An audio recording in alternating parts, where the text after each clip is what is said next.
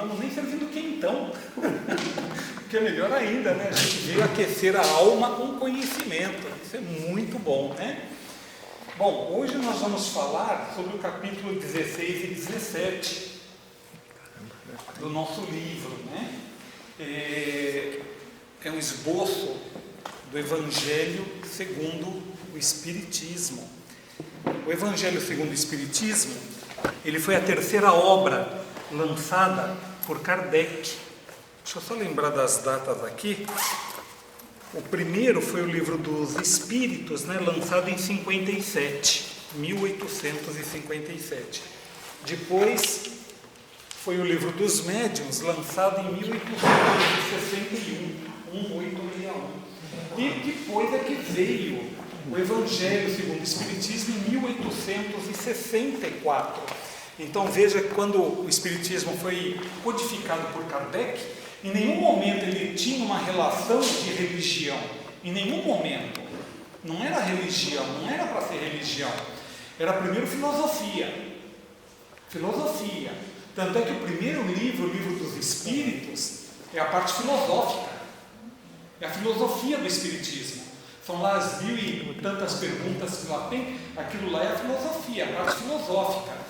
Depois, acho que 3 ou 4 anos depois, em 64, 4 anos depois, em 1857, sai o Livro dos Espíritos, que é a parte filosófica. Depois, em 1861, sai o Livro dos Médiuns. Veja que 4 anos depois sai o Livro dos Médiuns. Essa é a parte científica. Livro dos Médiuns é a parte científica, é a ciência, é onde se prova tudo o que a gente fala do Espiritismo. A aparição dos espíritos, as categorias de espíritos, tudo está ali no Livro dos Médiuns. Livro dos Espíritos, então, é a parte filosófica, 1000 e tantas perguntas, 1072, se eu não me engano. Depois o Livro dos Médiuns. Depois, 4 anos depois de sair, 3 anos depois de sair o Livro dos Médiuns, é que Kardec, em função do pessoal estar indo para o lado religioso, lança o Evangelho segundo o Espiritismo. Por que o Evangelho é lançado? Tem muita deturpação, né? A religião, o que Jesus falou, é o que nós vamos ver agora, foi muito deturpado, né? Nós temos aí quantos tipos de Bíblias nós temos? Nós temos um monte, né? Um monte de traduções, então se perdeu muito, né? Vocês reconhecem as figuras ali nesse slide? O principal, mais bonito de todos lá, quem é? Tira eu não conto. Jesus. Não, quem? Jesus. Dizem que é, né? A gente não sabe, né? Diz que, né? A gente está acostumado com essa figura, mas não sabemos como ele era, né? E depois? Allan Kardec, Chico Allan Xavier. Kardec, quem? Chico também. André Luiz e Emmanuel, né? Muito bem. Então, nós vamos falar sobre o esboço do livro, o Evangelho segundo o Espiritismo. A Carmencita está no Espiritismo há 100 anos já. Ela ainda não conhece nada do Evangelho segundo o Espiritismo. Quanto? Só nessa vida. Só nessa vida. Só nesta. Eu não falei em quanto tempo, né, gente? Só nessa vida, né? E não aprendeu tudo sobre o Evangelho do Espiritismo, não aprendeu tudo sobre o Livro dos Médiuns, não aprendeu tudo sobre o Livro dos Espíritos, sabe? Então não queiram, meus queridos irmãos, numa aula, querer aprender tudo sobre o Evangelho segundo o Espiritismo, que é impossível. Então isso aqui é só um conhecimento mesmo de alguns tópicos que ele traz, ok? Fundamentos da parte religiosa. Em abril de 64, o Espiritismo inaugurava seu aspecto religioso com o lançamento do Evangelho segundo o Espiritismo. Interessante que, na realidade, ele não saiu com o nome Evangelho segundo o Espiritismo. Ele saiu como alguma coisa assim, similar ao Evangelho. Como que era, Carmencita? Você lembra o nome? Não lembra, né? Mas não era o Evangelho, foi virar o Evangelho segundo o Espiritismo depois, acho que na segunda, terceira edição. Mas era similar do Evangelho de Jesus, alguma coisa assim. Tá? Quem tem esse livro, é um livro muito raro, bastante raro. Tá? O Evangelho vem reavivar as palavras de Jesus que já se encontravam deturpadas no tempo dele. Já no tempo de Jesus, o que ele falava era pouco entendido. As pessoas não entendiam, sabe, não conseguiam compreender. Já naquele tempo, alguns já deturparam. Em 1864, quando Kardec lança o Evangelho, a doutrina de Jesus está mais deturpada ainda. Está muito mais deturpada. Isso é uma característica. Se a gente conta uma história para alguém aqui, e essa pessoa vai recontar essa história, vai contar do mesmo jeito que foi contado. Sabe aquela brincadeira telefone sem fio? Telefone sem fio é assim, né? Eu venho aqui e falo uma coisa para ele. O que ele entendeu, passa para ela. Na hora que chega lá no último, a história não tem mais nada a ver com o original, com o que foi falado. Porque a gente vai falando daquilo que entende, e não daquilo que é a realidade. Por isso a deturpação. Não é... Houve maldade em deturpar? Sim, houve maldade. Deturparam por causa de poder, por causa de uma série de razões. Mas nem tudo foi deturpado por causa de poder, mas por falta de conhecimento, por falta de entendimento do que realmente Jesus veio fazer aqui. Não havia condição de entender. Hoje a gente não entende. Nós não conseguimos entender. Imagina lá, 2000 anos atrás, que o pessoal era praticamente analfabeto. A escrita era rudimentar ainda. Enfim. Então, o Evangelho vem reavivar os ensinos de Jesus através de quem? Em que a caridade envolvia os primeiros núcleos cristãos. Quando Jesus aqui esteve, ele pregou, ele fez tudo o que ele tinha que fazer. Quando ele se foi deste mundo, deste planeta, os apóstolos o que fizeram? Fundaram núcleos, fundaram algumas escolas, hospitais, vamos dizer assim, mas era chamada Casa do Caminho, era onde as pessoas eram acolhidas, as pessoas que precisavam de ajuda, aonde a caridade era feita, aonde se podia contar com alguém para o auxílio. E nesses núcleos havia intercâmbio mediúnico, ou seja, os espíritos se manifestavam. A espiritualidade, a mediunidade naquele tempo, meus amigos, era muito forte. Era forte, porque tinha que ser. Era necessário que vislumbrassem que havia um mundo espiritual vivo e atuante, e que ali poderia ser manifestado. Embora muitos não vejam, mas hoje aqui deve estar cheio de espíritos assistindo essa aula, espíritos que nós trouxemos. Mas eu não vejo. O fato de não ver não quer dizer que não existe. Um outro exemplo que eu dei numa outra aula: o controle remoto tem um infravermelho, tem uma luz que sai dali, também não enxergamos, que a capacidade humana não tem essa visão. A gente enxerga numa faixa só. A gente enxerga 7 cores do arco-íris, mas tem mais. Não são só as 7. É o que a gente enxerga, né? Acima desse padrão a gente não enxerga, e abaixo desse padrão a gente também não enxerga. Ok?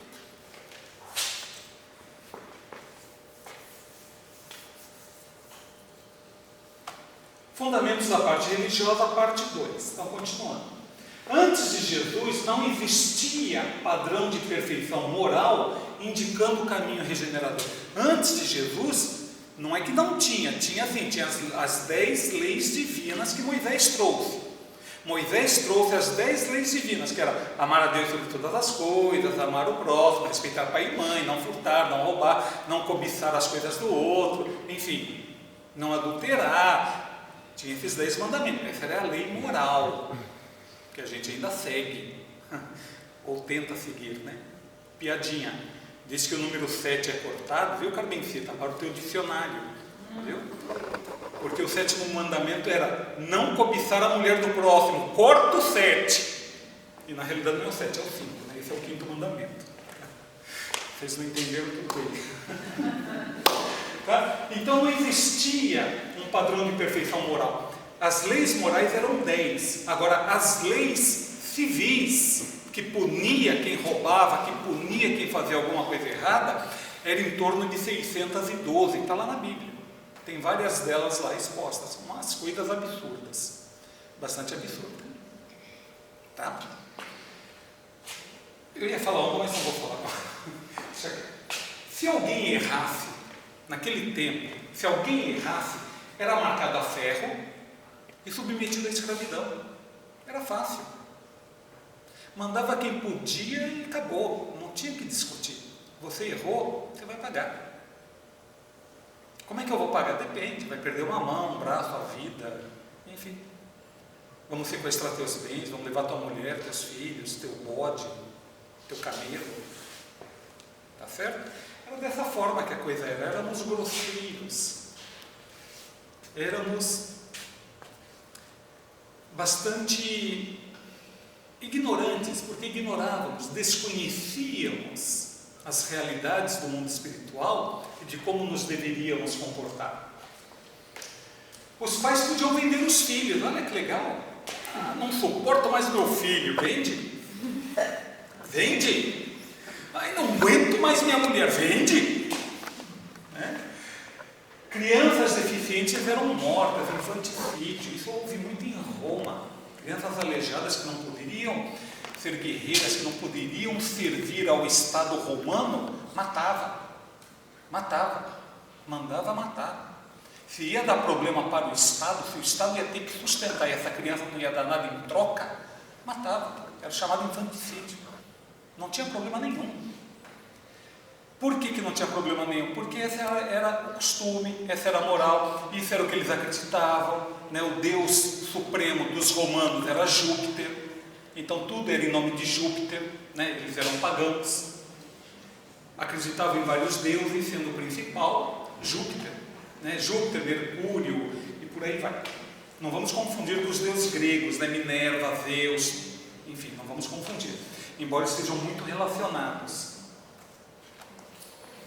Os enfermos eram abandonados. Você está doente? Meu, se vira. Quem tinha lepra era abandonado no vale lá dos leprosos e lá ficava.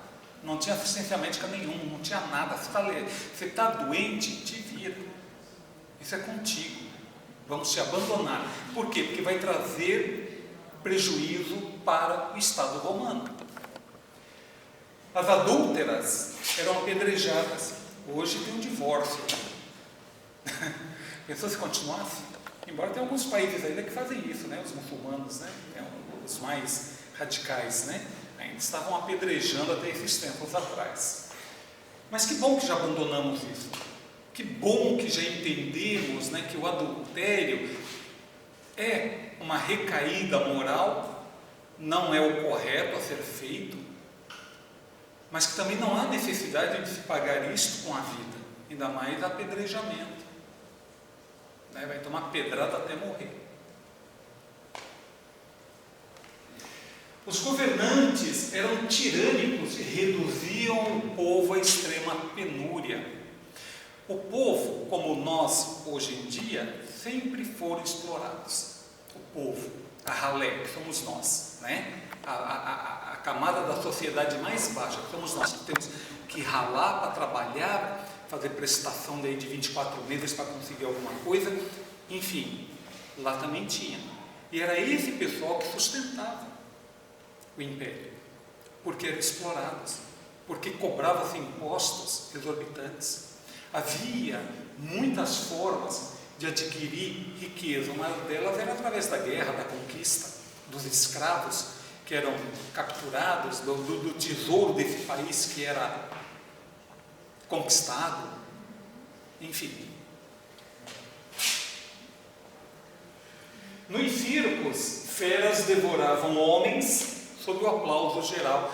né? A gente vê muito, né, em filme aí de Jesus mesmo, né, o pessoal no Coliseu, lá, né, vendo as feras partirem para cima dos humanos e matarem, enfim, era uma barbaridade, era barbárie mesmo, ninguém se preocupava não, a vida não tinha valor, o ser humano não tinha valor, o ser humano servia para que o Estado enriquecesse cada vez mais, para que os governantes pudessem cada vez mais serem poderosos, para poder financiarem as guerras, as conquistas. Se não éramos capazes disso, então éramos escolhidos para alimentar algumas feras também, dentre outras coisas, né? Dentre outras barbaridades. Olha, não é monólogo não, viu? Qualquer pergunta aí, se eu não souber, Regina responde. Ninguém? Não? Se ela vai acabar cedo hoje, não vou me atrasar.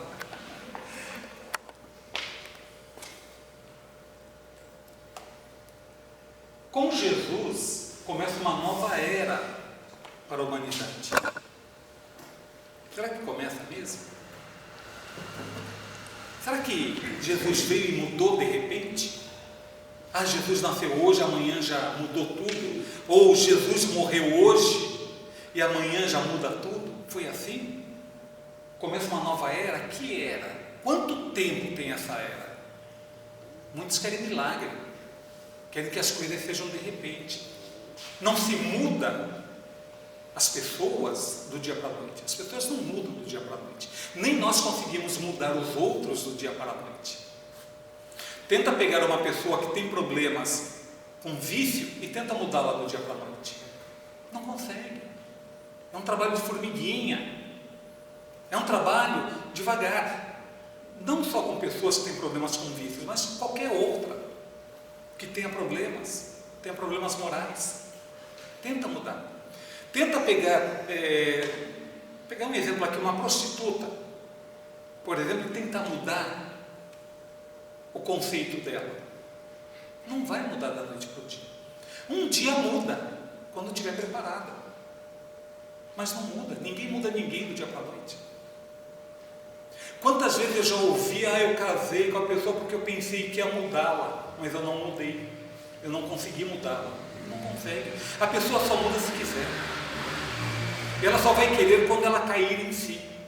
Quando ela perceber que aquele jeitão dela, aquilo que ela faz, sabe, está cansando, não favorece mais ela.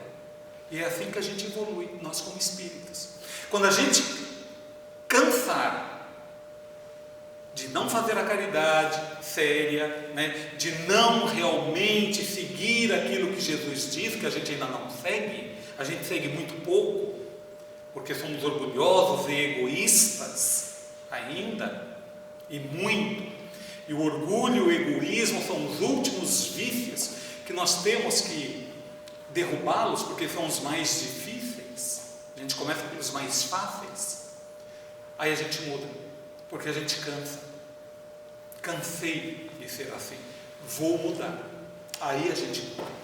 Mas enquanto não chegarmos a essa conclusão, fica difícil. Não adianta os outros virem telefonar no nosso ouvido.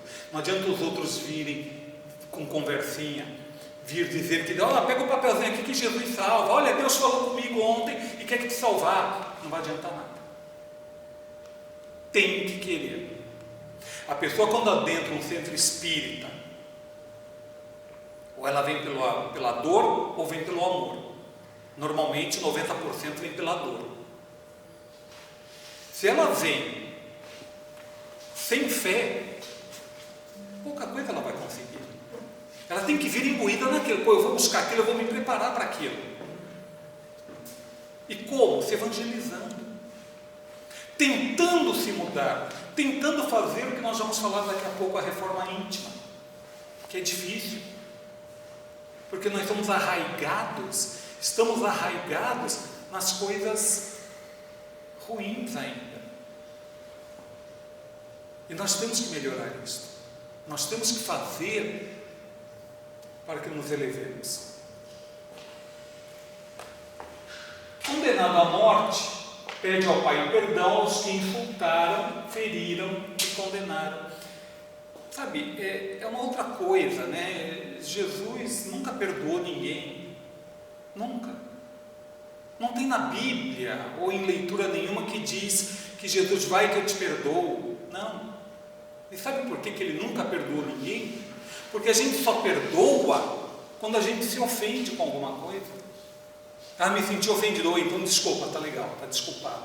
Jesus nunca se sentiu ofendido com nada que fizeram a ele, nada do que fizeram a Jesus, ele ficou ofendido, porque ele era um ser superior, ele é um ser superior, ele sabia com quem estava lidando, ele sabia das barbaridades que nós éramos capazes de fazer, ele sabia de tudo isso, é um ser elevado.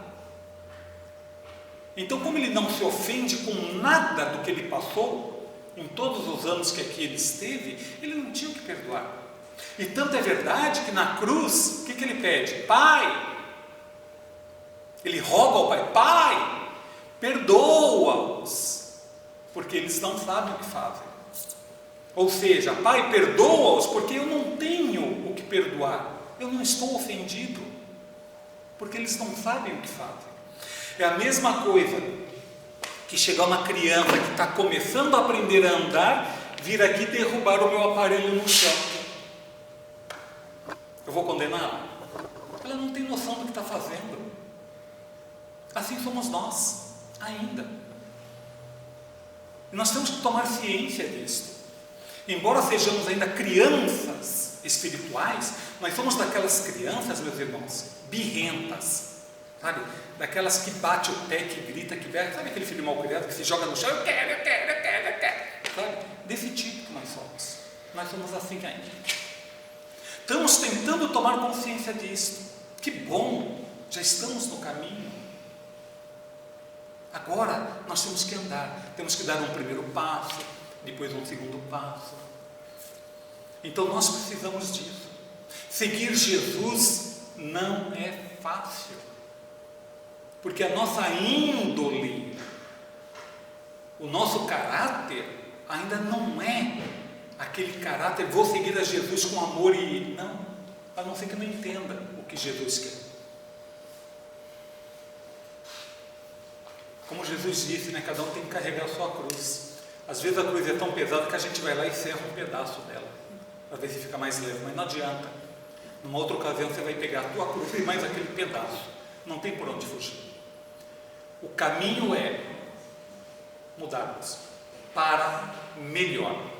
Temos que visualizar o próximo como aquele que está na mesma condição que nós e que só conseguirei mudar se o meu próximo também mudar.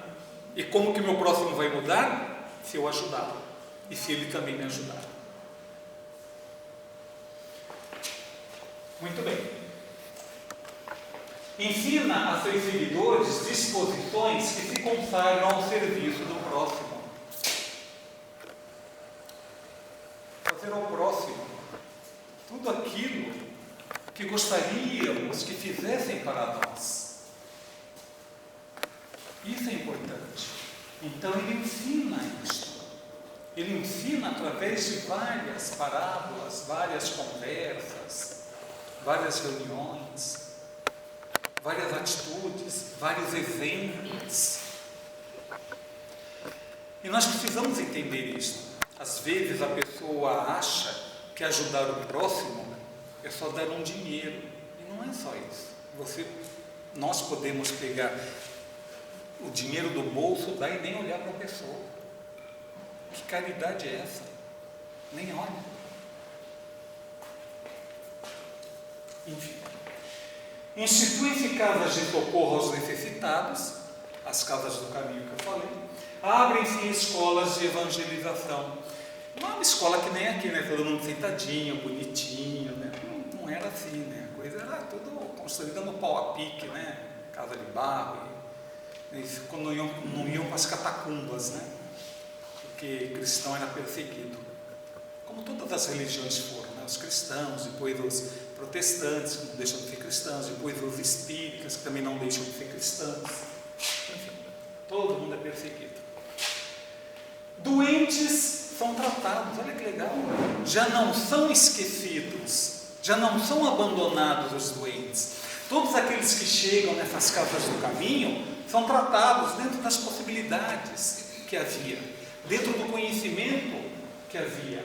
Mendigos encontram teto, olha que legal, já não estão sem nada, já tem alguma coisa.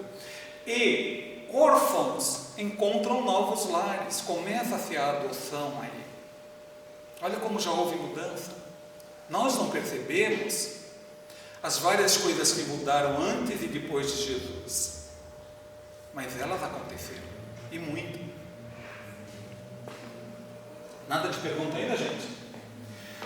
Ou ninguém está entendendo nada, ou está chato pra caramba a aula. Surge uma nova mentalidade. Olha aí, ó.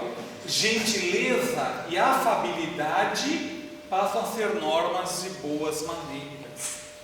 Então a gentileza começa a ganhar espaço.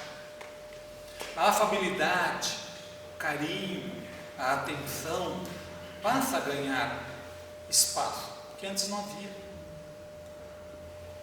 Não havia, não tinha. Era tudo rudimentar, era tudo no rústico, tudo na força. Era tudo se eu posso, eu quero, e se você não pode, problema seu.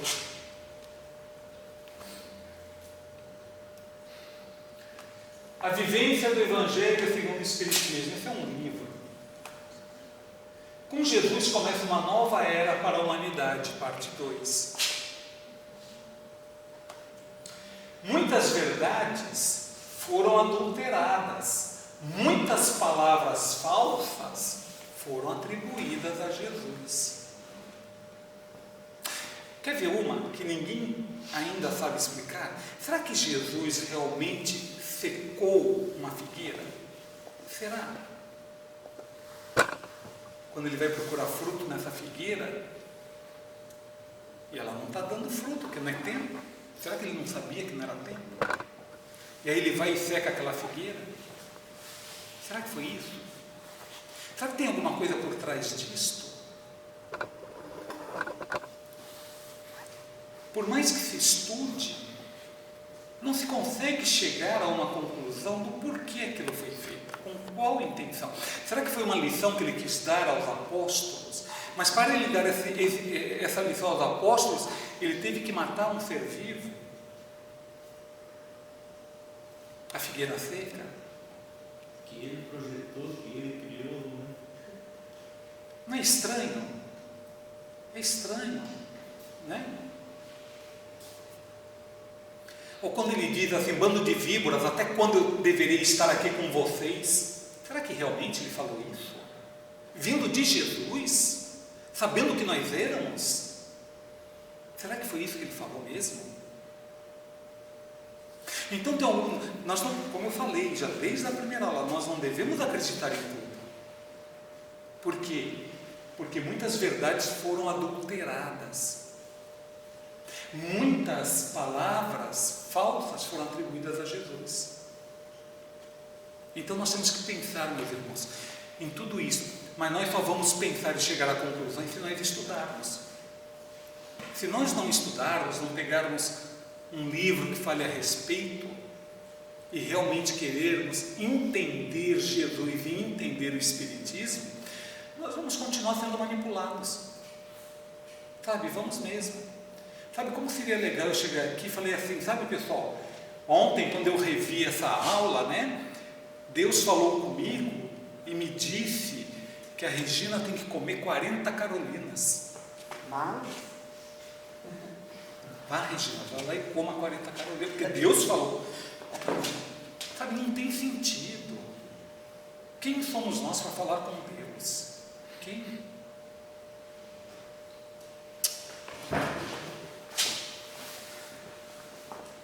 Em 607 depois de Cristo, o imperador Focas instituiu o papado, né? Nomeando Bonifácio como bispo de Roma. Bispo de Roma é o que o Padre Francisco é, o que o Papa João Paulo II é, o Santo Paulo II é, Paulo I, João Paulo VI, Paulo VI, enfim, todos os papas, eles são chamados de papas, por quê? Porque eles são o bispo de Roma. E todo bispo de Roma, aquele que é escolhido para ser o bispo de Roma, é o Papa, é o chefe. Tá certo? O bispo do Brasil não é o Papa, o bispo de São Paulo não é o Papa, mas o bispo de Roma é o Papa. Tá certo? Então ele institui o papado. Quem? O imperador Focas, o imperador romano, lá em 607 depois de Cristo. Em nome do Cristo fizeram guerras, e muitas, e ainda continuam fazendo hoje em dia. Ainda continuamos fazendo perseguições e morte. Tanto é que em 1096 nós temos as chamadas cruzadas. As cruzadas foi um movimento que houve na Idade Média, aonde vários nobres europeus formavam exércitos e iam até o Oriente Médio, até Jerusalém, para reconquistar os locais sagrados do cristianismo, ou seja, Jerusalém e toda aquela região. Houveram 12 cruzadas em mais ou menos 170 anos. Então, guerra mesmo, iam lá e se matavam. Ou seja, cristãos contra muçulmanos. Porque o Islã, os muçulmanos, eles se instalam a partir de 600 com Maomé. Em 600, mais ou menos, é que Maomé aparece aí e funda o islamismo. E eles vão lá e querem dominar os muçulmanos, querem dominar Jerusalém, e olha que absurdo. Nós tivemos uma cruzada que se chamava Cruzada dos Meninos. Só ia adolescente, ou melhor, só foi adolescente. Só adolescente. Foram massacrados, lógico. Teve uma cruzada que se chamou Cruzada dos Mendigos. Só ia mendigo, só foi mendigo. Foram massacrados, lógico. Até que em 1100 e alguma coisa, Saladino, general muçulmano, derrota todos os cruzados e toma posse daquilo tudo lá.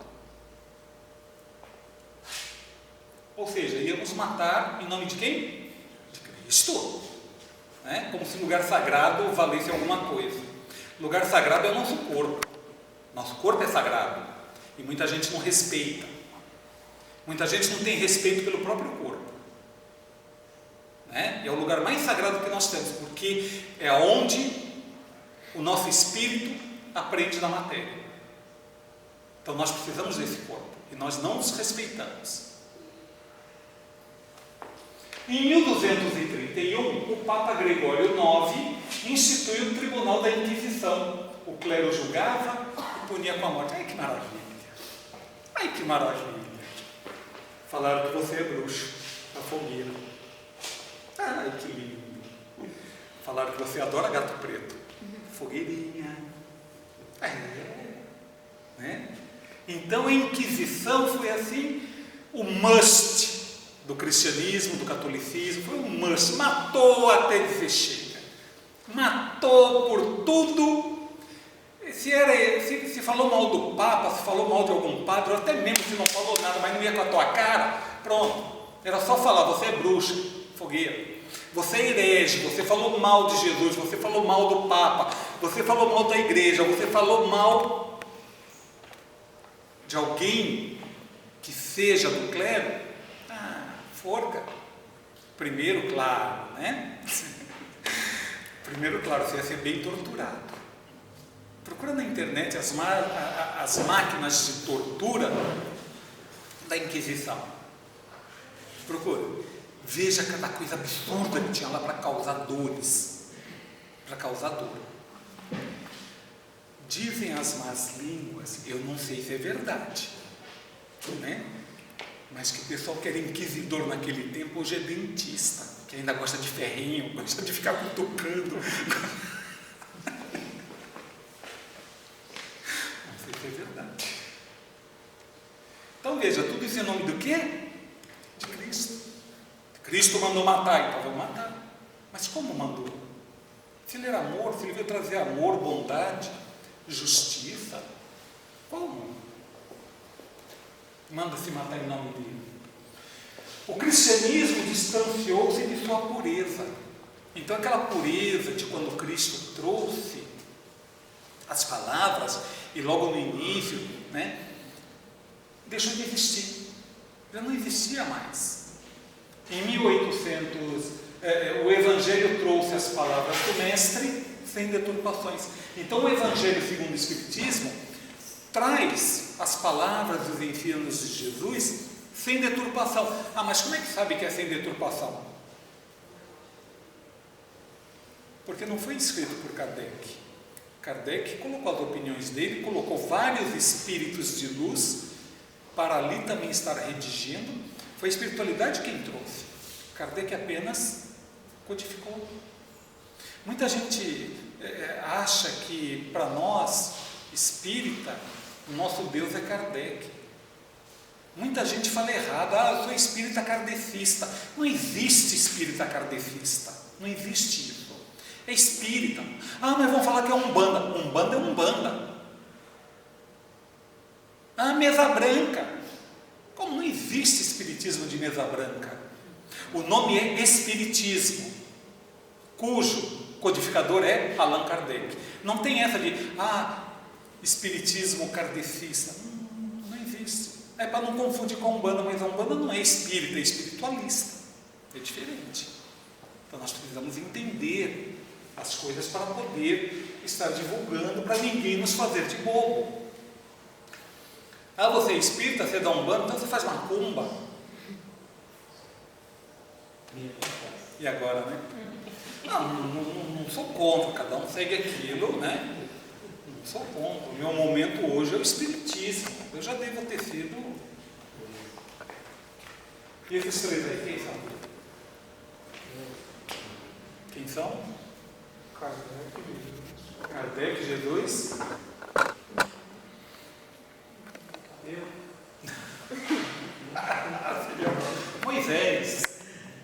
Moisés, primeira revelação, Jesus, a segunda revelação, e o Espiritismo, terceira revelação.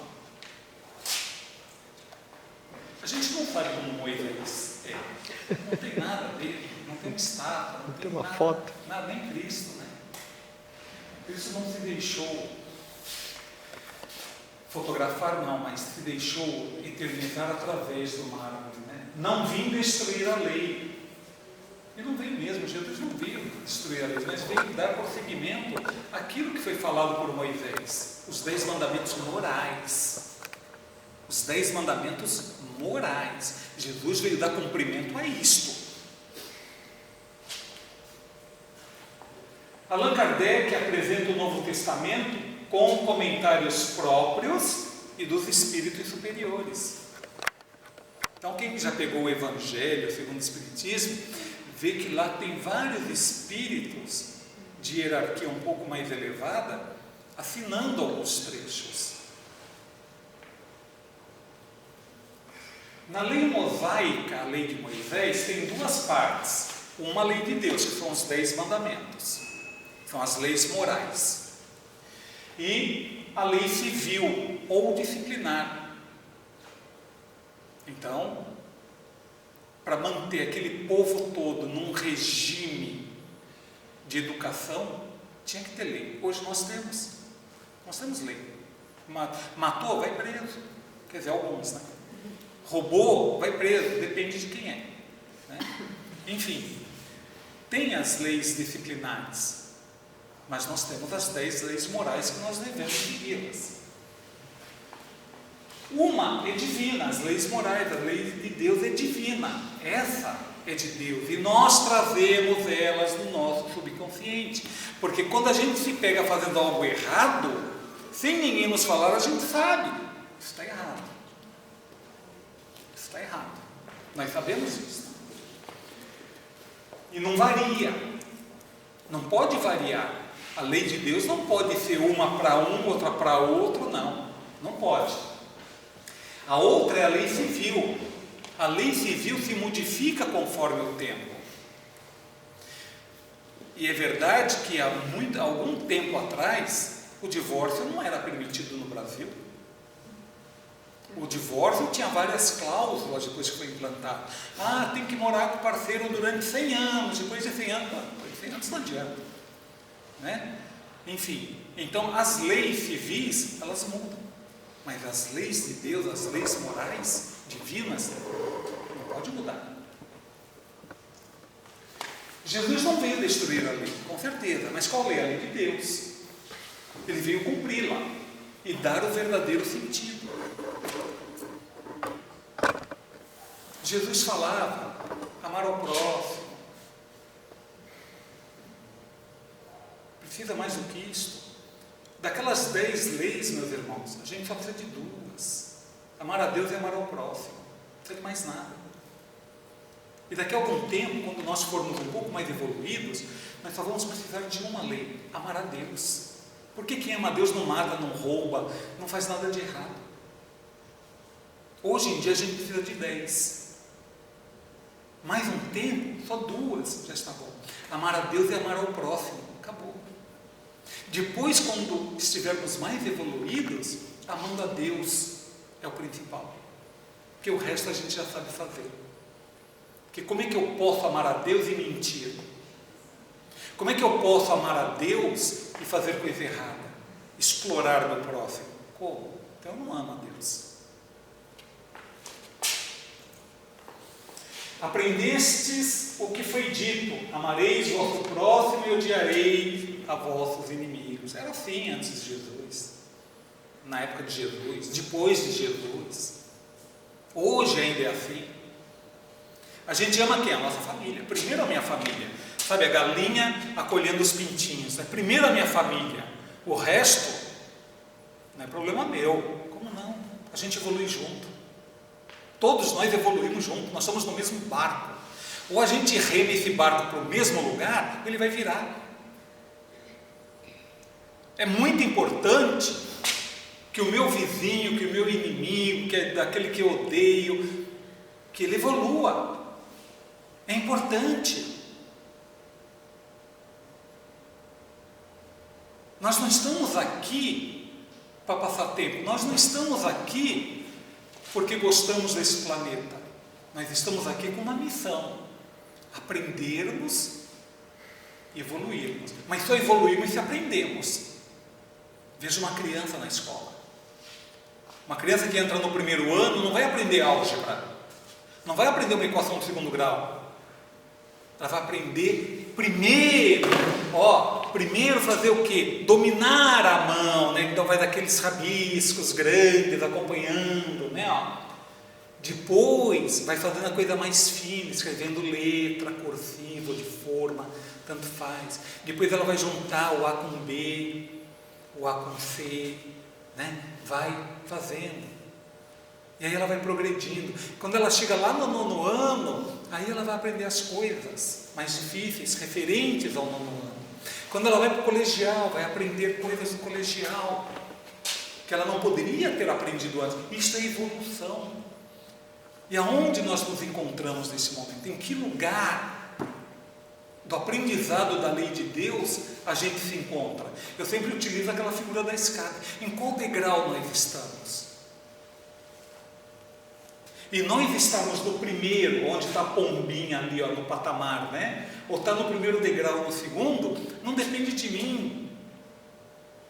Eu tenho que me esforçar para chegar lá, mas eu me esforçando, eu tenho que trazer mais gente comigo. Porque nós somos um grupo. Precisamos disso. Então nós temos que aprender. E eu falo sempre, pegue um livro. Como nós estamos agora já conhecendo um pouco mais o Espiritismo, vamos deixar um pouco o romance espírita de lado. Pegue um livro um pouquinho mais esclarecedor. Não estou dizendo que os romances não são importantes, são importantíssimos. Eu entrei no Espiritismo pelo romance, né? Lendo Zíbia, lendo, enfim, tantos romances que tem por aí. Mas quando eu comecei a fazer curso, eu vi que os romances já não me satisfaziam mais.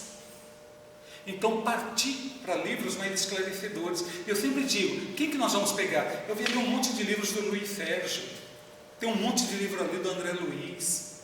Não leiam Emmanuel agora, porque Emmanuel é um pouco mais difícil. Depois que terminar de ler André Luiz, aí vai lá, tenta ler Emmanuel. Tem tantos outros livros do Chico Xavier, tantos. Se eu não me engano, são 417 livros que ele escreveu. Sabe, nunca ganhou nada na literatura.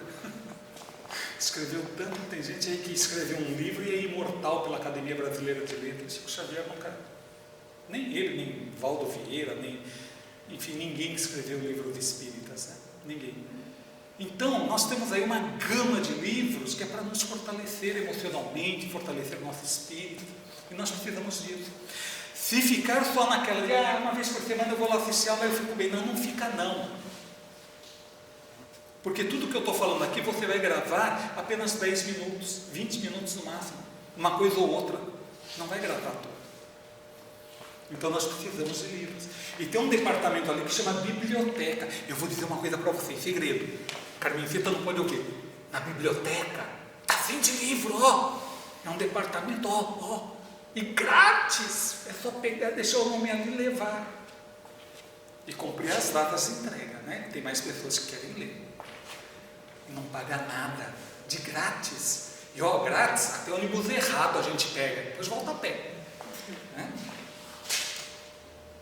Ele já saiu do ar? Então vamos. Deixa eu voltar. Então amareis o vosso próximo e odiareis a vossos inimigos. Isso era o que era dito, né? Hoje não. Hoje nós temos que amar mais o inimigo. E a gente descobre eles. Nós não percebemos, mas a gente descobre. Principalmente quando a gente tem alguma treta. Pode ter certeza, do nada. Sabe quando surge treta do nada com alguém que você pode crer que ele é um inimigo? Então nós temos que ter muito cuidado. Não estou dizendo treta de boteco, não de bar, tá? De bêbado, né? Não é isso. Mas numa fila, por exemplo, você está ali no banco normal, está na fila, aí de repente, do nada, duas pessoas se estranham, nem se conhecem, se estranham. Pode crer que já foi colocado à prova, ver se conseguem superar esta fase. Dependendo da reação, ou superaram ou não superaram. E nós somos colocados à prova. E às vezes a gente nem percebe.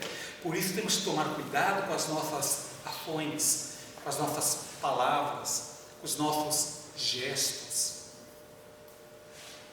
Temos que tomar muito cuidado. Ser espírita não é fácil. Mas já sei tudo assim. Ser espírita não é fácil. Não é mesmo. Só para vocês prestarem atenção no que eu estou falando. Já estão lendo lá. Não é fácil ser espírita. É difícil. Por quê? Porque nós temos que levar o amor, nós temos que levar o perdão, nós temos que levar a compreensão a todos os lugares que nós formos. Mas vão achar que eu sou bobo. E o que acharam de Jesus? Que ele era o quê então? Aquele pessoal que fez o que fez com ele, que bateu, surrou, chicoteou, cuspiu, enfim. Não fizeram ele de bobo, fizeram ele de saco de pancada. E aí? Nós temos que saber o que queremos na vida. Queremos progredir ou queremos estar no mesmo nível daquele que nos ofende? Aquele que nos faz gestos quando a gente comete alguma coisa errada. Ou até mesmo nós, né? A gente diz, não temos sangue de barata. Às vezes alguém faz alguma coisa errada perto de nós que nos prejudica, o que a gente faz? Sorri e fala, vai com Deus, meu filho. É isso. Quando você está lá na fila 10 horas, aí chega um cara, tem um amigo que passa lá na tua frente. Aí você fala, fique em paz, meu irmão. Que Jesus te abençoe. E a fila vai andando. É assim que a gente age? Mas deveria. Se não é, está errado.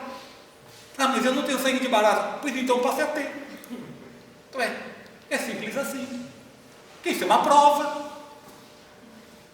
E se a gente não perdoa, não esquece ou não aceita, a gente não passou na prova, vamos ter que fazê-la de novo. Meus irmãos, é complicado. Né? A vida moral com base no Evangelho de Jesus. Leia, Regina, por favor, você consegue enxergar daí? Não consegue? Você consegue enxergar? Também não? Põe óculos. Vem com ele. Nem com ele? Caramba. Consegue enxergar? Por favor. É perdoar sem condições, não opor obstáculo à reconciliação, é desejar o bem. Não, desde o início lá, eu porém. Tudo? Peraí. Não, só aquela parte, só aquelas 4 linhas lá. O senhor fica parado aí, para eu não perder você da câmera, hein? Eu, porém, vos digo, amai os vossos inimigos, fazei o bem aos que vos odeiam e orai pelos que vos perseguem e caluniam, a fim de serdes filhos do vosso Pai, que está nos céus, e que se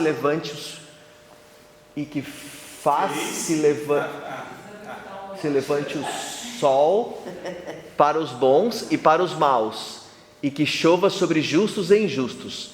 Porque se só amardes os que vos amam, qual será a vossa recompensa? Mateus 5:43 ao 46. Então, vamos tentar entender? Eu, porém, vos digo, amai os vossos inimigos. Quem disse isso daí? Mas quem é esse cara? A gente conhece ele? Não, nós não conhecemos. A gente conhece do que nos falaram dos filmes, o manto sagrado. Meu Senhor, você é velho. Nossa, né? Na Sexta-feira Santa, que o que não falta é filme bíblico, né? É da onde a gente conhece Jesus. Fazei o bem aos que vos odeiam e orai pelos que vos perseguem e caluniam. Quem é que nos persegue e nos calunia? Nossos inimigos. Acha que nós não os temos? Somos santos, meus irmãos. Se fôssemos, não estaríamos aqui. Estaríamos em outro lugar melhor do que este. Não aqui. A fim de serdes filho do vosso Pai. Quem é o nosso Pai? Deus. Mas se eu for ruim nisso, é que eu não sou filho dele. Não, é filho sim. É filho. Todos somos filhos. Deus não tem essa de, não, você é ruim, não é meu filho. Não. Tanto que ele vem dizer isso logo depois. Serdes filhos do vosso Pai que está nos céus e que faz se levante o sol. O sol se levanta. Todos os dias. Hoje eu não vi o sol. Por quê? Porque estava nublado. Que pena. Mas a claridade existiu. Então o sol se levantou.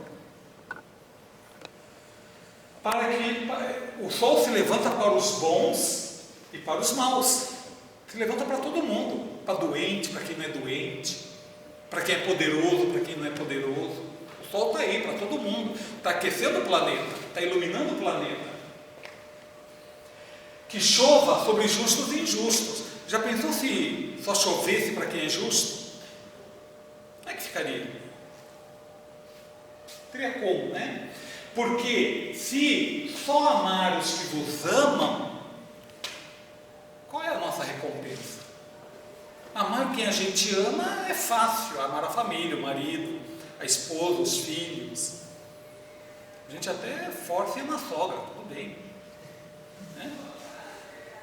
Mas que vantagem tem isto, amar quem a gente já gosta? Não tem vantagem nenhuma. Nós temos que amar aquele que a gente detesta, aquele que a gente tem sentimento ruim. É este que nós temos que amar. Mas amar como? Vou lá e vou dar um abraço nele? Não! Porque Jesus sabe que abraçar um amigo é diferente de abraçar um inimigo. É totalmente diferente. Mas o que podemos fazer então para demonstrar o meu amor ao inimigo? Faça uma oração para ele. Ele não sabe. Se o teu inimigo vier para se reconciliar, aceite. Não coloque empecilhos. Eu só vou aceitar seu perdão se você for até São Paulo a pé e voltar. Sabe, não faça isto. Vai cruzar com o teu inimigo, manda um pensamento positivo para ele, que Jesus te ilumine. Ele não vai ficar sabendo. Mas nós estamos amando de alguma maneira. E não nos custa. Não nos custa fazer uma oração em silêncio para o nosso inimigo. Não nos custa. Não custa, antes de dormir, quando a gente faz as nossas orações, pedir: Senhor Jesus, envolva meu inimigo, envolva aqueles que não me amam, aqueles que eu tenho problema. E eles vão receber. A nossa parte a gente faz. Se o outro não faz, aí já não é problema nosso, mas a nossa parte nós fizemos. E isso é importante.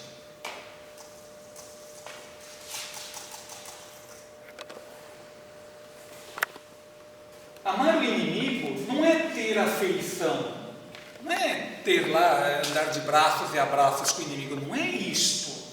É diferente do contato de um amigo. É bem diferente. Um amigo a gente vai e abraça com vontade, né? Amigo, a gente quer estar junto. Amar o inimigo é não guardar ódio, não guardar rancor ou desejos de vingança. Ah, mas ele me fez. Meus irmãos, nós podemos fugir da justiça humana. Nós podemos. Ah, meu inimigo fez isso e nunca foi castigado. Não se mete nisso, não é problema seu. A justiça humana pode errar. Haja vista o que está acontecendo com os políticos por aí. Todos que estavam condenados, só falta ser elevado a heróis agora, né? Não tem problema, não se irrite com isso. Não se irrite. O que nós devemos fazer? Devemos mandar uma mensagem de amor, um pensamento. Ele pode fugir da justiça humana, mas da justiça divina ninguém foge. Não tem como fugir. Por isso que ser espírita é difícil. Nós temos que estar sempre vigiando e orando, que Jesus disse: vigiai e orai. Vigiai o que? Os pensamentos. Vigie teus pensamentos. O que eu estou pensando agora é bom? Que ótimo, estou atraindo bons espíritos. Não é bom? Ah, estou pensando pornografia. Adivinha quem que eu estou atraindo? Os espíritos que pensam assim também. E ore. Muita gente acha que orar tem que orar em 520 Pai Nosso, 790, não é nada disso. O orar é um pedido que se faz. Mas tem que fazer de coração mesmo. De coração, quando eu falo de alma, né? E perdoe sempre. Não exija condições para perdoar. Te perdoo se você for e voltar a São Paulo a pé. Não coloque obstáculos a isso. Simplesmente perdoe. E perdoar é esquecer. Não vá dizer: eu não sou Jesus para perdoar. Eu não sou Jesus, eu não sou Deus.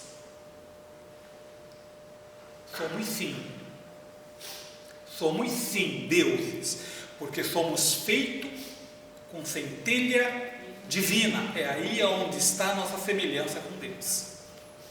Deus não é igual a gente.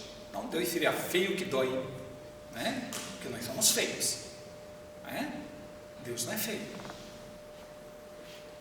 Então a nossa aparência não é essa. Deus não é assim. Deus não tem sentido. E desejar o bem para aquele que nos faz mal. Sabe, está escrito lá que se alguém te bater do lado direito, ofereça o lado esquerdo. É justamente isto. Alguém te bateu aqui, ofereça o outro lado, mas o outro lado é o perdão. O outro lado é o bom pensamento. É aquela oração bem feita para esse que nos agrediu.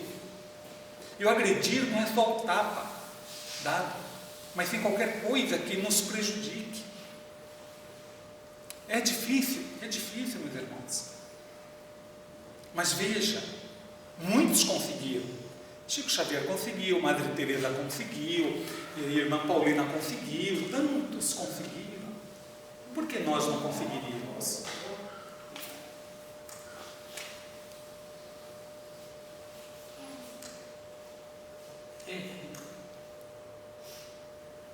Muito bem. O Sermão do Monte, aliás, amanhã eu tenho palestra aqui, eu vou falar sobre a terceira pronúncia do Sermão do Monte. Jesus pronunciou o Sermão do Monte falando a encarnados e desencarnados. Os exemplos que Jesus trouxe não eram só para quem estava encarnado, não. Estava assim de espírito desencarnado. Um monte de desencarnados. Tem muita gente hoje aqui, Regina? Tem? Tem um monte de desencarnados, segundo a Regina, aqui aprendendo também. Inicia o Sermão do Monte exaltando as bem-aventuranças. Bem-aventurados os aflitos, bem-aventurados os bem-aventurados. Né? São 9 bem-aventuranças. Declara que os seus discípulos são o sal da terra e a luz do mundo. Por que somos o sal da terra? Ou quando ele falou dos discípulos dele, lá dos 12, dos 72, né? 12 eram apóstolos, mais 72, enfim. Por quê? Porque o sal é que dá gosto. O sal está em tudo que é canto. Até na água doce tem sal.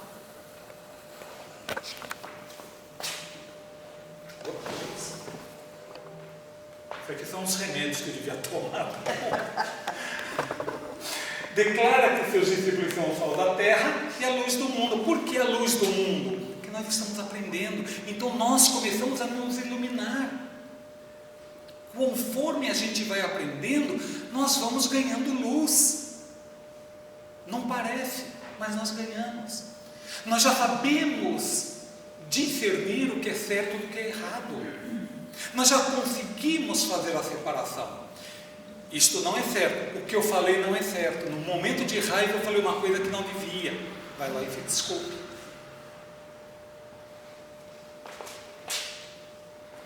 Não vim destruir a lei ou os profetas, mas ratificar os ensinamentos e ampliá-los, conforme a gente já falou lá atrás. Ele veio ampliar. Recomendou o exercício da caridade e precaver-se dos falsos profetas. Como é que nós vamos descobrir quem é um falso profeta? Veja se está de acordo com o que os evangelhos falam.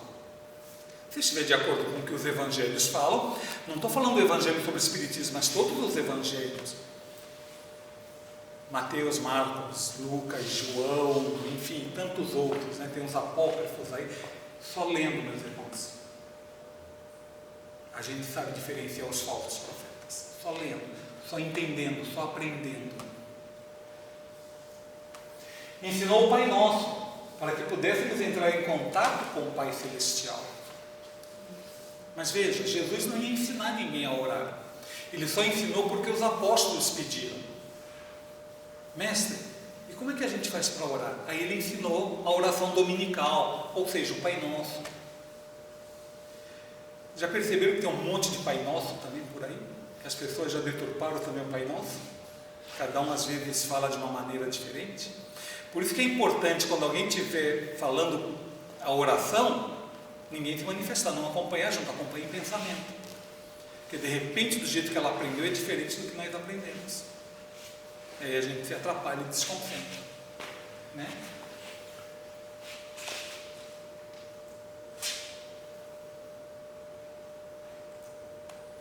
As parábolas. Jesus falava por parábolas. Por quê? Porque tinha que falar, aquele povo só entendia através de parábola, com exemplos simples.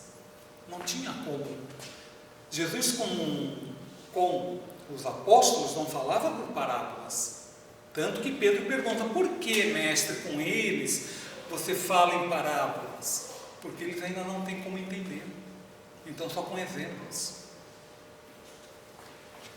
Os rabis, né, eram os mestres lá, os sacerdotes de sabedoria, transmitiam conhecimentos através das parábolas. No Evangelho tem 8 parábolas ligadas aos usos e costumes da época de Jesus. São 8. 10 relacionadas com o assunto doméstico e a família. 10 relacionadas com a vida rural. Trabalhadores da última hora, vinha. Em todas as parábolas há ensinamentos úteis ao nosso esclarecimento. Desafio. Faço um desafio a vocês. Pegue uma parábola, leia e tente entender o que ela diz. Tenta compreender, tenta meditar a respeito do que realmente ela diz. Não pegue ao pé da letra mas o sentido por trás de tudo aquilo. Vamos ver se a gente consegue entender uma ou outra.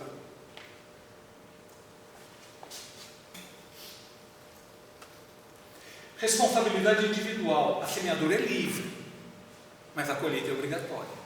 Ou seja, tudo que nós semearmos, tudo o que fizermos de bom ou de não tão boas coisas, nós vamos ter que colher. E é Jesus quem disse isso, não é o Espiritismo. Tudo o que quereis que os homens vos façam, fazei também a eles. Ou seja, faça ao próximo aquilo que quer que faça por você. O Espiritismo nada proíbe, a gente não proíbe nada, meus irmãos, nada. Você pode tudo, tudo que você quiser você pode, proibimos nada. Aqui não tem que andar com perna peluda, com cabelo até sei lá onde, não tem nada disso. Não pode usar o que quiser, se vestir da forma que quiser. Tá? Não proibimos nada, porque não é isso que ofende a Deus, não é uma perna peluda que vai ofender a Deus, não é isto. Se fosse, ele teria feito a gente sem pele, sem pelo. Ok? Então não é isto. O que vai ofender a ele são nossos erros. O Espiritismo nada proíbe, pelo livre-arbítrio tomamos decisões e assumimos as consequências. Então nós temos livre-arbítrio, gente. Tudo eu posso, já disse Paulo, né? Tudo eu posso, mas nem tudo me convém, nem tudo é bom para mim. Eu posso tudo. Eu posso matar? Posso, mas é bom para mim? Não. Eu posso roubar? Posso, mas é bom para mim? Não. Posso trair minha esposa? Posso, mas isso é bom? Não. Porque depois eu vou ter que responder por isso. Como eu disse, a lei humana pode ser falha, mas a lei divina não. Cada um faz a sua escolha de acordo com a sua consciência e evolução. Em que parte da evolução nós estamos? Em qual pé da escada? O que a gente já faz de errado que a gente entende que é errado e tenta mudar? Errar é humano, perdoar é divino, mas consertar o erro é a finalidade. Temos que consertar o erro. A semeadura é livre, cada um colhe o que plantou. Eis as causas dos sofrimentos. Por que sofremos? Porque erramos. Depois temos que resgatar esses erros. O erro pela ignorância, eu errei, mas eu não sabia, tem menos força que o erro feito por quem conhece a lei moral. Você pega um índio no tempo do descobrimento, que eles eram antropófagos, muitas tribos, né, não todos, os tupinambás eram antropófagos, eles comiam outros seres humanos, os maias. Mas qual era a cultura deles? A força do meu inimigo vai passar para mim, eu comendo ele. Então veja, é um erro, mas eles sabiam não, eles erravam por ignorância. Então não pode levar muito em consideração. Mas depois que aprendeu, aí não pode mais fazer, né? Olha aí, ó, em que estágio nós estamos? Nós vamos a lagarta, a crisálida, ou já nos modificamos? Olha lá, ó, material, matéria, depois ela vai lá para o plano espiritual. Como é que nós vamos chegar lá do outro lado, meus irmãos? Uma hora nós vamos, essa é a verdade que todos nós podemos profetizar. Regina, estou vendo que no seu futuro você vai morrer. Oh, meu Deus. Ou vai. Daqui 100 anos, mas vai. É a única certeza que nós temos. E como estamos nos preparando para chegar lá? Como? Como pedintes, me dá um pouco de luz, me dá um pouquinho de luz. É assim como o pessoal do umbral faz? Ou vamos chegar lá já dando menos trabalho e já até, de repente, trabalhar para Jesus? A escolha é nossa. É só nossa.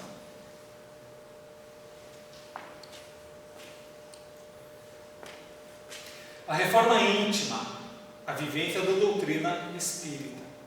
reforma íntima, isso é difícil, é modificar aquilo que nós temos dentro de nós de errado. Ah, mas eu não tenho nada de errado. Não tenho nada de errado. Sim, não temos. Então vamos melhorar isso. Se ninguém tem erro, melhore então. Mas vou melhorar no quê? Melhore no teu relacionamento, nas tuas palavras, não sei. Escute mais, já que é o Senhor perfeito. Não é, porque a gente nunca erra. Imagina que a gente erra. Quem erra é o outro, eu não. Não é isso, Regina? Quem erra é o outro, nunca nós. Pois é, né? Que arrogância, né? Então já estamos sendo arrogantes, já é um erro. O Espiritismo tem 3 aspectos: o científico, foi falado, o filosófico e o religioso. Não ficamos presos aos fenômenos. Se alguém entra aqui na casa querendo ver um espírito se materializar, querendo ver se vem alguém aí, se materializa e fala: vai, meu filho, olha, você está no caminho. Sinto muito. Foi a época, não é mais. Não precisamos mais disso. Já foi. É uma doutrina dinâmica e cristã, que acompanha a evolução do ser. Então o Espiritismo acompanha a evolução do ser. Toda evolução é acompanhada por esses aprendizados que nós temos. Nós evoluímos em função daquilo que aprendemos. Um médico não nasce médico. Ele aprendeu. Ele foi criança. Ele teve também que tomar a mão lá para fazer as letras. Mas o estudo foi indo. Ninguém chega a doutor de graça. Não é, Carmencita? Alguém é doutor de graça? Não é. O que nós temos muitas vezes é preguiça de aprender. Ai, eu não tenho condições. Ai, eu não gosto. Não, nós temos sim. Nós gostamos muito de dama de coitadinhos. E não somos não, gente. Nós não somos coitadinhos. Sabe? Então nós temos que partir para a luta. Quer melhorar? Parte para cima. Vai para as cabeças. Vai aprender. Ah, mas onde eu vou aprender? A casa aqui tem cursos. E vai continuar os cursos. A casa tem um departamento que chama biblioteca. E o que tem lá? Livro. Assim, ó. O espírita possui esclarecimentos. Nós temos esclarecimentos? Pouco. Mas já temos. Então nós somos espíritas, estamos tentando ser cada vez espíritas melhores. Espírita nós já fomos. Porque abraçamos esta filosofia, esta ciência e esta religião. Nós já abraçamos. Então nós temos que ter esclarecimento.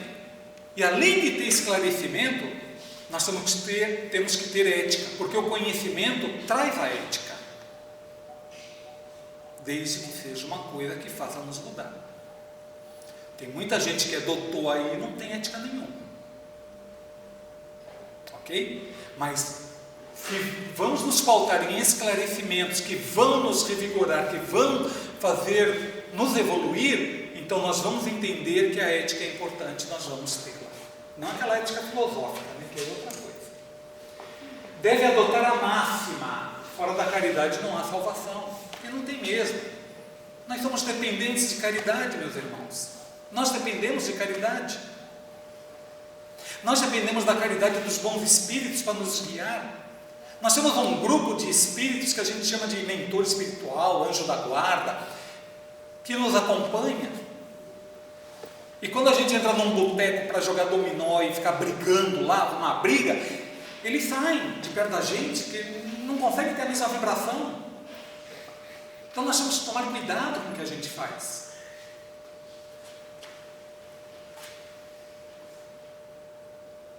Muito obrigado.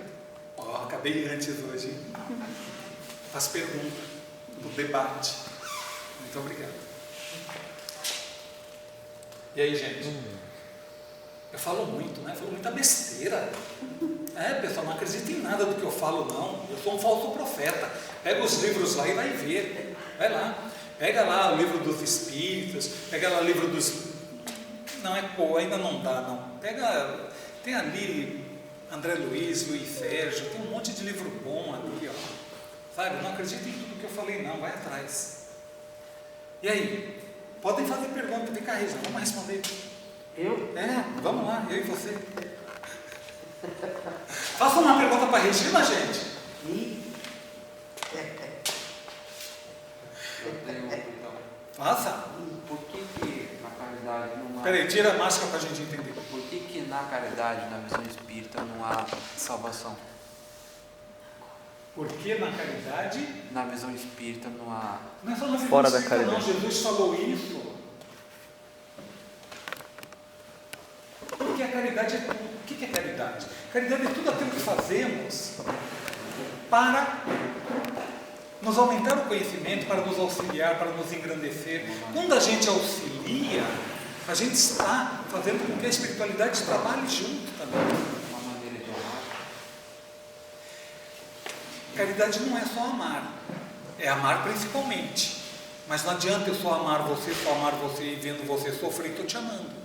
Eu estou vendo você sofrer e estou te amando, mas eu te amo. Mas eu estou vendo você sofrer. Mas amar também é colocar a mão na massa. É tentar ajudar mesmo.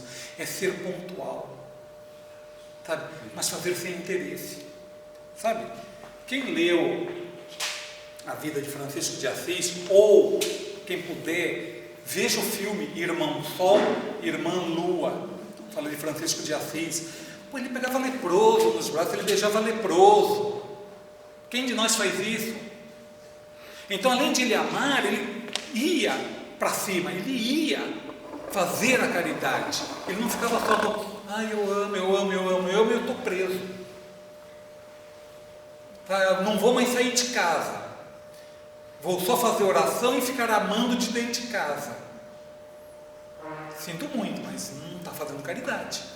Está fazendo ela no mínimo. Sabe, nós temos que partir em auxílio ao nosso próximo. Aí está a verdadeira caridade. Lembra do bom samaritano? Não é a parábola? É a parábola do bom samaritano? Não lembra?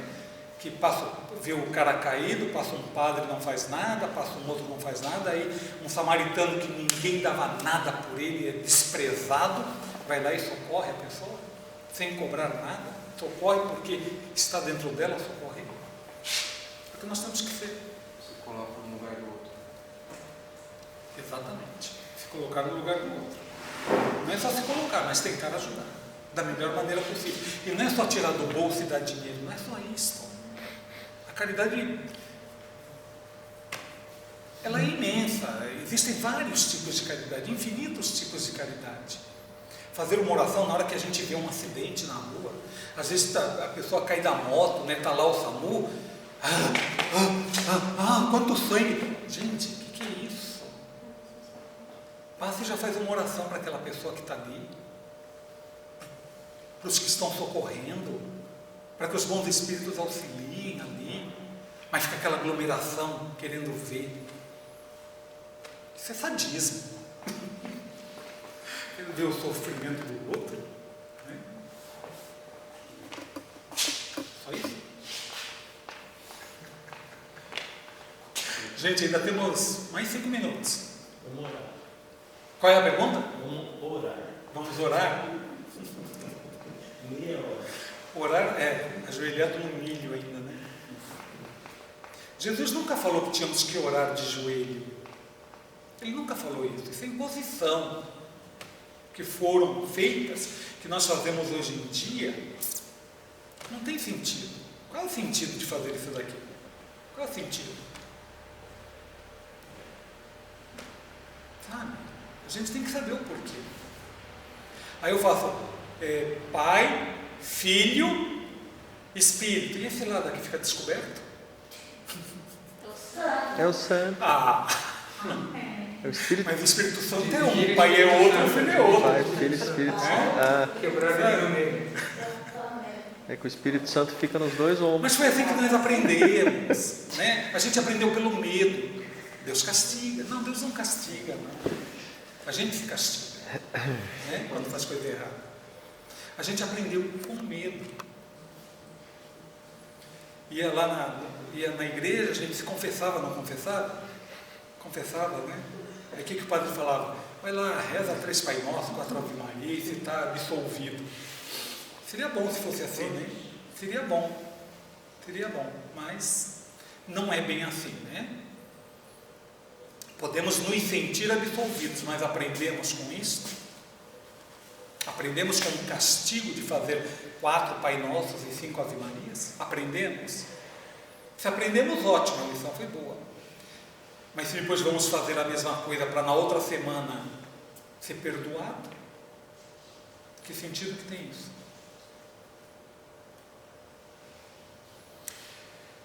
Então, meus irmãos, é assim, ser espírita demanda muitas coisas. Nós temos que vigiar nossos passos, nossas palavras, até os nossos olhares. Nós temos que vigiar isso.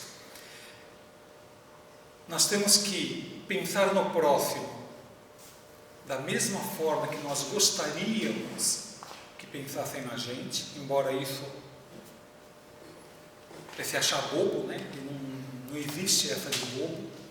Nós somos cristãos. Cristão, aquele que segue os exemplos do Cristo. Tem muitos cristãos que dizem, eu sou cristão, mas não segue. Não segue. Não faz. Não lê. Não tenta aprender. Não tenta se melhorar.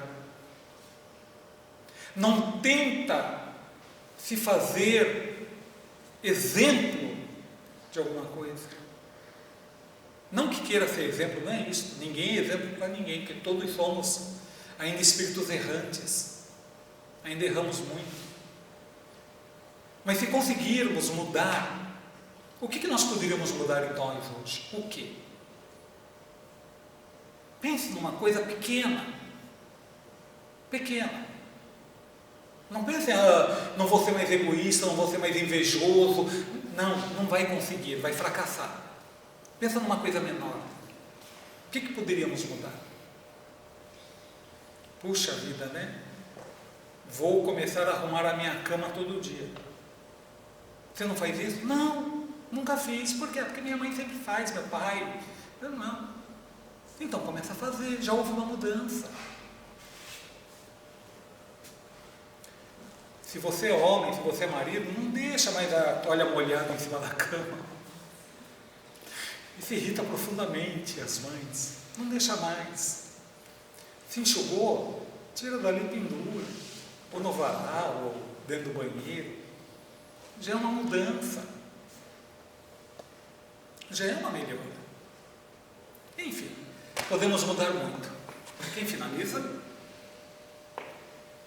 Muito obrigado a todos. Uma boa noite. E eu espero que eu tenha aprendido bastante. Eu espero que eu tenha aprendido bastante, né? Porque quem está mais perto da minha boca é o meu ouvido. Então eu espero ter aprendido bastante com essa pesquisa. Muito obrigado. Obrigada. Alguém termina? Alguém finaliza?